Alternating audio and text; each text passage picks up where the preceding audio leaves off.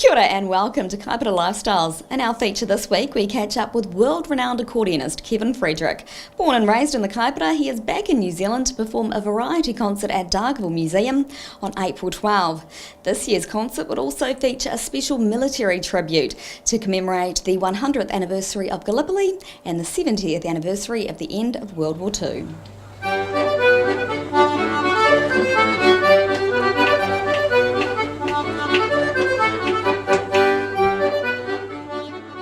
We're at Dargaville Museum today with Kevin Friedrich. Good morning and welcome. Thank you very much. So tell me, how preparation is shaping up for the concert? So everything's going really well, and we've pretty much sold all the tickets, which is really great to have the support from the community.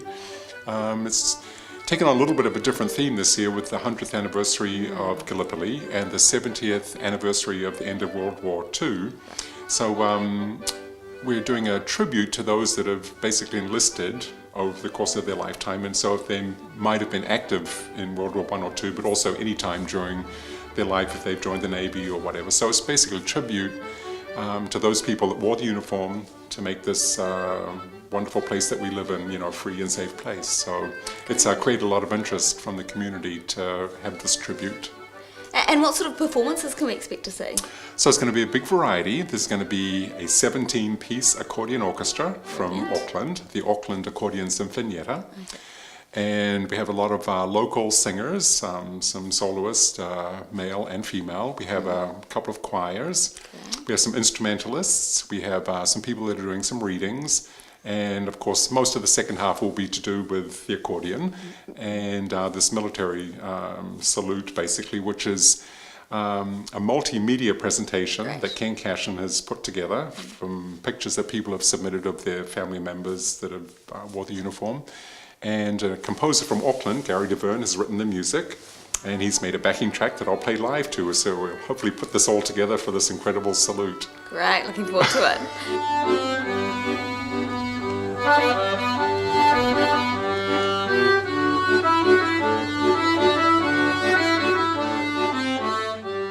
Okay, so in this little area here we have some that date back to the earliest formation of the accordion. So the accordion was basically patented in 1829, and here we have one from 1831, so it dates right back to the beginning. You'll see just a few little keys on the side, and then as it sort of expanded, it added more keys and a little bit bigger space. And then you can see right below it here is one that's all the way from Finland, but it sort of encompasses the full-size concert instrument.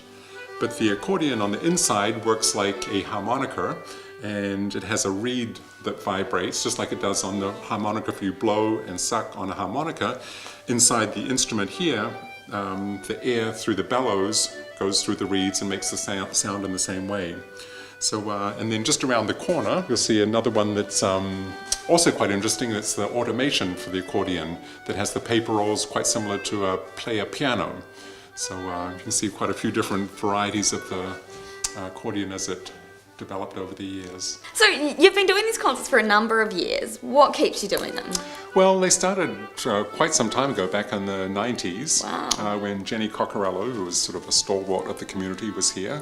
And she put these concerts on just to have an afternoon of music and friendship, and also a forum for some of the newer artists to have the opportunity to perform, as well as some of the seasoned veterans. So it was kind of a combination.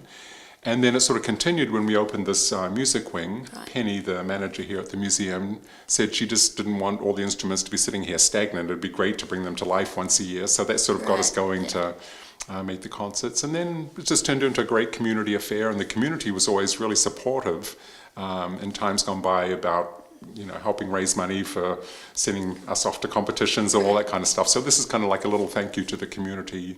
Brilliant. So it's a great afternoon. For you yourself, what actually got you interested in the accordion, and where's it taken you?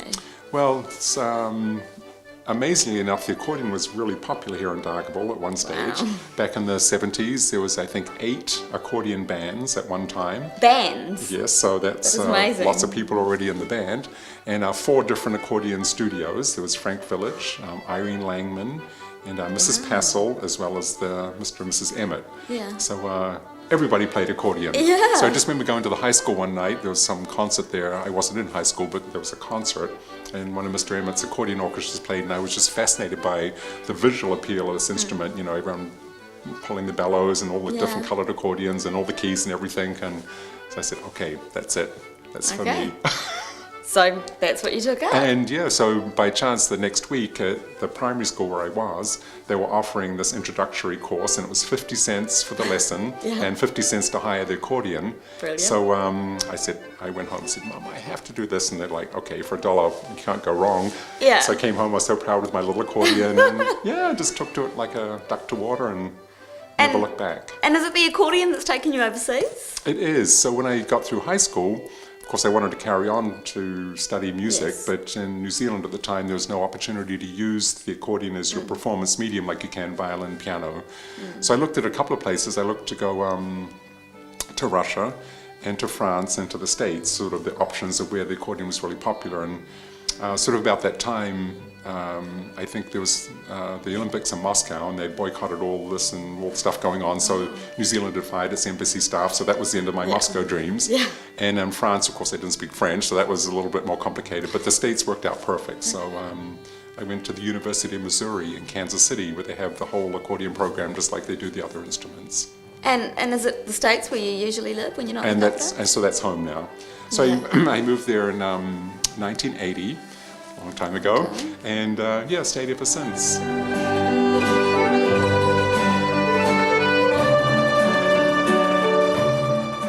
So now we're at the other end. So what makes this instrument quite unique is it was built for violinist Jascha Heifetz, and is quite renowned in the violin world. And he loved accordion too, but he decided that he didn't want to mess with all the little buttons on the left hand, that was way too complicated for him. So they designed this instrument specially with a piano keyboard on the left hand, and that was designed specially for him. There are only 12 made in the world, so we're really lucky to have this one here. We also have another one in reserve as well. And then this one is quite unique as well, because a few years ago, one of the New Zealand accordionists, Grayson Masefield, won the World Accordion Championships. And his specialty was entertainment music, so he had this custom-designed silver fern placed in the bellows. And as he updated his instrument, he was kind enough to donate that to the museum so we could have the Kiwi bellows in residence.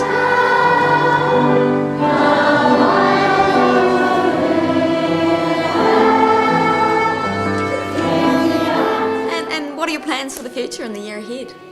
So there's always something going on, but mostly with the accordion. So even though I don't do so much playing, I'm still quite involved with the organization. So we hold our World Accordion Championships every year.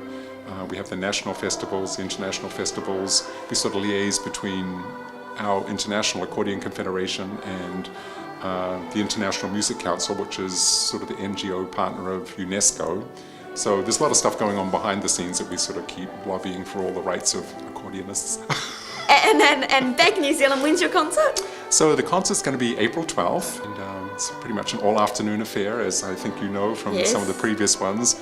Start off at 1 and usually last people are leaving around 4 or 5, so yeah, but it's a great afternoon. And tickets are on sale at Dargaville Museum? So they are on sale. I think they're all but sold out, so anyone that's thinking about going should probably try and get one pretty quick. Okay, contact the museum. Well, thank you for joining us today. My pleasure. It is KLTV.